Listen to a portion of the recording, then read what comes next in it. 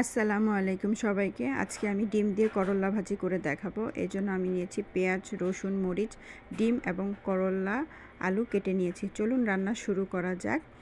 চুলায় আমি fry pan বসিয়ে দিয়েছি। এখন দিচ্ছি পরিমাণ মতো তেল, কিছু কালিজিরা দিয়ে দিচ্ছি।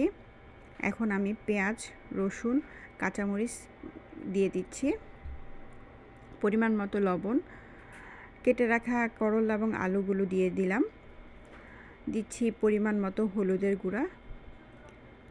এখন আমি ভালো করে এগুলো নেড়ে নিব। আমার করলা ভাজি হয়ে গেছে, ডিমটা দিয়ে দিলাম, ভালো করে নেড়ে নিচ্ছি।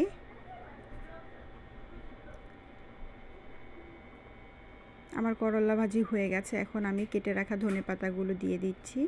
দেখুন কত সুন্দর হয়েছে করলা ভাজি। এটা গরম ভাতের সাথে খেতে খুবই ভালো লাগবে। ডায়াবেটিক্স রোগীরা নিয়মিত করলার রস খেলে উপকার পাবেন। এর রস শরীরের কোষের ভেতর গ্লুকোজের বিপাক ক্রিয়া বাড়িয়ে দেয়, ফলে রক্তের চিনির পরিমাণ কমে যায়। তো ধন্যবাদ আমার ভিডিওটা কষ্ট করে দেখার জন্য। যদি ভালো লেগে থাকে তাহলে অবশ্যই সাবস্ক্রাইব করবেন।